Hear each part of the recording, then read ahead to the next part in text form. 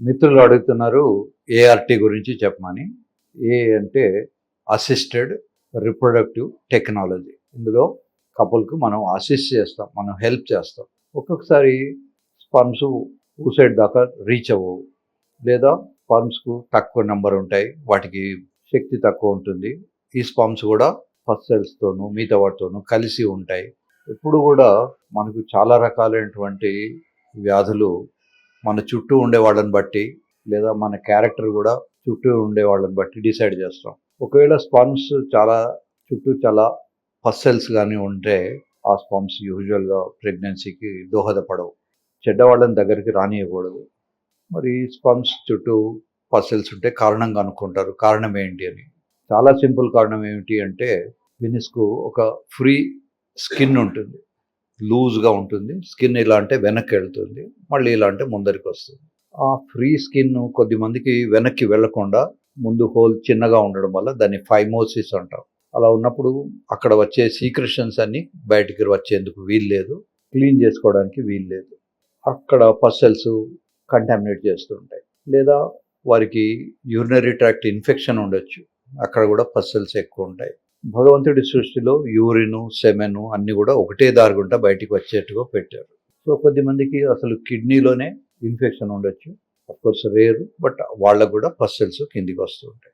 So పస్ cells తోటి కలిసి ఉన్న స్పర్మ్స్ను ముందు పస్ సెల్స్ కారణం కనుక్కొని అది రాకుండా చేయడము, వాటికి యాంటీబయాటిక్ వాడడం, కల్చర్ సెన్సిటివిటీ అంటారు. సెమెన్ను తీసుకొని కల్చర్ చేయించి దానికి ఏ మందులు పెడితే తగ్గుతాయో కనుక్కొని ఆ మందులు పెట్టడము ఒక పద్ధతి. తర్వాత ఉన్న సెమెన్నే సెంట్రిఫ్యూజ్ చేసినప్పుడు మంచి స్పర్మ్స్, తర్వాత ఈ ఫస్ట్ సెల్స్, హెడ్ సరిగా లేనివి, తోకలు సరిగా లేనివి, డబుల్ హెడ్స్ ఉన్న స్పర్మ్స్, ఇటువంటి ఎబ్నార్మల్ స్పర్మ్స్ అన్ని కూడా సెపరేట్ అయిపోతాయి. సో చక్కగా ఉన్నటువంటి స్పర్మ్స్ను సిరింజ్లో మనం తీసుకొని అమ్మాయి లోపలికి వేయచ్చు. వ్యవసాయం బాగా అనుభవం ఉన్న వాళ్ళకి ఈజీగా అర్థమవుతుంది. మనం పంట నుంచి వచ్చిన పంట మొత్తము మళ్ళీ సెకండ్ పంటకు విత్తనాలుగా వాడము. ఆ పంటలో మంచి విత్తనాలు ఏరిపిస్తాము లేదా జల్లెడ పడతాము. సో గట్టివి, పెద్దవి, హెల్దీగా ఉన్న విత్తనాలను మాత్రమే నెక్స్ట్ పంటకు వాడుకుంటాము. సీడ్ సెలెక్షన్ అంటాం దీన్ని.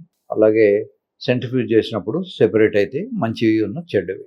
కాకపోతే ఈ ఏఆర్టీలో మనం ఇంతవరకు స్పర్మ్స్ గురించే మాట్లాడుకున్నాం. ఒకవేళ అబ్బాయి కనుక వెరికోసీల్ ఉంటే ఆ టెంపరేచర్ సెన్సిటివిటీ మెయింటైన్ సరిగా కాక ఆ స్పర్మ్స్కు చుచ్చుకుపోయే శక్తి తగ్గిపోతుంది. యాక్రోజోమ్ ఎఫెక్ట్ అంటారు.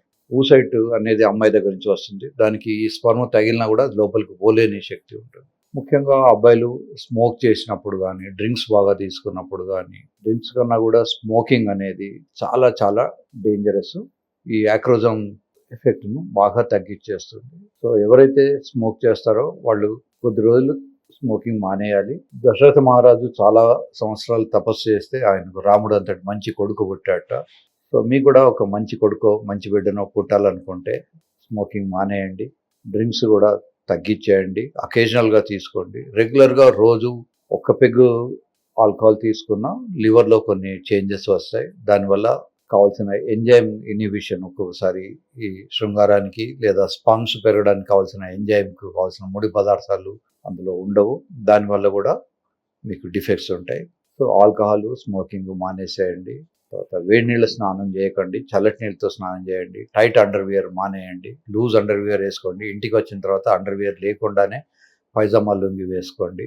రెగ్యులర్గా ఒక 15-20 నిమిషాలు ఎనీ ఏరోబిక్ ఎక్సర్సైజ్, జంపింగో, స్విమ్మింగో, రన్నింగో చేయాలి. వాకింగ్ సరిపోదు. వాకింగ్ అనేది కేవలం ముసలాళ్ళకి హార్ట్ చెడిపోకుండా ఉండడం మాత్రమే దోహదపడుతుంది.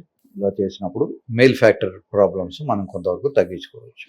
పోతే కొన్ని ఫిమేల్ ఫ్యాక్టర్ ప్రాబ్లమ్స్. ఇది యూటరస్. ఇందులో బేబీ ఉన్నప్పుడు ఇలా ఉంటుంది. బేబీ లేనప్పుడు యూటరస్ ఇలా ఉంటుంది. మగవాళ్ళ బాల్స్ ఇవి.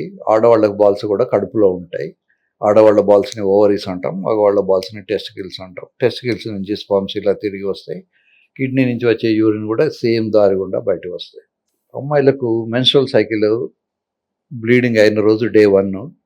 అక్కడి నుంచి యూజువల్గా around 13th day or 12th day ఈ బ్లూ కలర్ ఉన్నటువంటి ఊసైట్ అనేది బయటకు వస్తుంది. ఇలా వచ్చి ఈ ఫెలోపియన్ ట్యూబ్ ద్వారా ఇందులోకి వస్తుంది.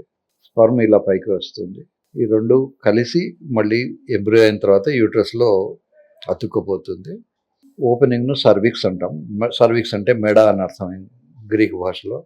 ఇది ఇలా రివర్స్ యూ టైప్లో ఉండి దీనికి మెడ లాంటిది ఉంటుంది. ఇక్కడే కొద్దిమందికి స్పర్మ్స్ వచ్చి తగిలినా ఇవి లోపలికి పోకుండా ఇక్కడే ఆగిపోతుంటాయి. అట్లాంటి వాళ్ళకు సింపుల్ మెథడ్లో సిరింజ్ ద్వారా ఈ స్పర్మ్స్ను లోపలికి ఇంజెక్ట్ చేస్తాం. దీన్ని ఐయుఐ అంటారు. ఇది సింప్లెస్ట్ టెక్నిక్. ఇలా కాకుండా కొద్దిమందికి ఈ ట్యూబ్స్ బ్లాక్ ఉంటాయి. సో ఇక్కడ ఊసైట్ వచ్చినా ఇది ఇట్లా తిరిగి కిందికి రాలేదు. అందుకోసం మనం ఏం చేస్తామంటే మత్తి ఇచ్చేసి స్కాన్ చేస్తూ దీని నుంచి ఒక పొడవాటి నీడిల్ను దీంట్లోకి పంపించేసి ఈ ఊసైట్స్ని బయటికి తీస్తాం. ఈ ఊసైట్స్ బయటికి తీసి దీన్ని ప్రిజర్వ్ చేసి పెడతాం. ఇలా ఊసైట్స్ రావడానికి కోసమని ఓవేరియన్ స్టిమ్యులేషన్ అనే ఒక ప్రక్రియ ఉంటుంది. దీంట్లో లాంగ్ ప్రోటోకాల్, షార్ట్ ప్రోటోకాల్, ఇట్లాంటి ప్రోటోకాల్స్ చాలా ఉంటాయి. దీంట్లో ఎఫ్ఎస్హెచ్ అనేది ఎల్హెచ్, ఈ ఎల్హెచ్ అనేది సడన్గా బయటికి వస్తుంది. దీన్ని ఎల్హెచ్ సర్జ్ అంటారు. సర్జ్ అంటే అర్థం ఏమిటంటే ఎక్కువ అవ్వడం. ఎల్హెచ్ రాకుండా ఎల్హెచ్ను సపరేట్ చేసేందుకు మందులు, ఇట్లా చాలా చాలా కాంప్లికేటెడ్ వ్యవహారాలు ఉంటాయి. ఎగోనిస్టులు, యాంటగోనిస్టులు అనేటువంటి 2 రకాలైనటువంటి హార్మోన్స్ ఉంటాయి. ఎగోనిస్టులు, యాంటగోనిస్టులు, దీని మీద డిఫరెంట్ థియరీస్, డిఫరెంట్ ప్రిడిక్షన్స్. ఇది బాగుందని కొద్దిమంది, అది బాగుందని కొద్దిమంది. చాలా మెడికల్ ఫిలాసఫీలో ఉన్నటువంటి డిస్కషన్స్. అవి మీకు సామాన్య మానవుడికి అవసరం లేదు.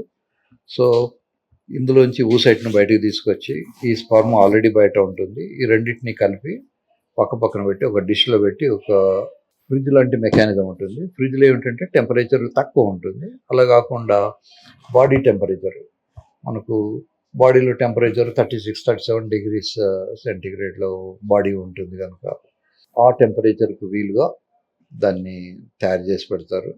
దాన్ని ఇంక్యుబేటర్ అంటారు. ఆ ఇంక్యుబేటర్లో ఇవి 2 స్పర్మ్ను ఓం పక్కన వేసి పెట్టినప్పుడు ఒకదానితోటి కలుస్తాయి. అయితే దురదృష్టవశాత్తు ఒక్కొక్కసారి ఫర్ ఎగ్జాంపుల్ ఒక అబ్బాయి ఒక అమ్మాయి ఒక రూమ్లో ఉన్నా వాళ్ళు సంసారం చేయకపోవచ్చు. అలాగే స్పర్మ్ ఊసైట్ పక్కన ఉన్నా అవి కలవకపోవచ్చు. అటువంటి పరిస్థితులలో ఏం చేస్తామంటే ఈ ఊసైట్లు ఈ స్పర్మ్కు ఉండేటువంటి మొబిలిటీ తోకను కట్ చేసి మైక్రో పిపెట్ అనే ఒక చిన్న ఇన్స్ట్రుమెంట్ ద్వారా ఊసైట్ లోపలికి ఫోర్స్ఫుల్గా ఇంజెక్ట్ చేస్తాం. ఇప్పుడు మామిడి పండుకు సీజన్, మామిడి పళ్ళ సీజనే కదా, మీకు ఈజీగా అర్థమవుతుంది. మామిడి పండుతో బాగా తినే స్వీట్గా ఉన్న పోర్షన్ పెడితే చెట్లు రావు. మరి దేంతో వస్తుంది అంటే మధ్యలో టెంక ఉంటుంది. టెంకను కూడా కట్ చేస్తే మీకు లోపల జీడి ఉంటుంది. ఆ జీడి నుంచి చెట్టు వస్తుంది. ఈ జీడికే చెట్టు అయ్యే లక్షణం ఉంటుంది. ఇది స్పర్మ్లో ఒక జీడి ఉంటుంది, అమ్మాయికి వచ్చే ఊసైట్లో ఒక జీడి ఉంటుంది. ఈ 2 జీడ్లు కలిసినప్పుడు పాప అయ్యే అవకాశం ఉంటుంది. కనుక ఫోర్స్ఫుల్గా ఈ టెంకకు రంధ్రం చేసి దాంట్లో నుంచి ఆ మగ జీడిని ఆడజీడిలోకి ఫోర్స్ఫుల్గా పంపిస్తారు. అప్పుడు 2 కలిసి ఎంబ్రియో తయారవుతుందని ఆశిస్తారు. దీన్ని ఇక్సీ అంటారు. ఐయుఐ అనేది సింపుల్గా స్పర్మ్స్ని ఏమీ డ్యామేజ్ చేయకుండా లోపలికి పంపించడం. ఐవీఎఫ్లో ఏమిటి అంటే ఊసైట్స్ బయటకు తీసుకొచ్చి స్పర్మ్స్ ఊసైట్ పక్కన వేసి వాటిని ఇంక్యుబేటర్లో పెట్టడం. ఇక్సీలో వచ్చేసి ఫోర్స్ఫుల్గా ఈ స్పర్మ్ను ఊసైట్లోకి ఇంజెక్ట్ చేయడం. సో ఈ 3 టెక్నిక్స్ ప్రస్తుతం ఉన్నాయి. అన్నీ కూడా వీటిని ఏఆర్టీ, అసిస్టెడ్ రిప్రొడక్టివ్ టెక్నాలజీ అంటారు.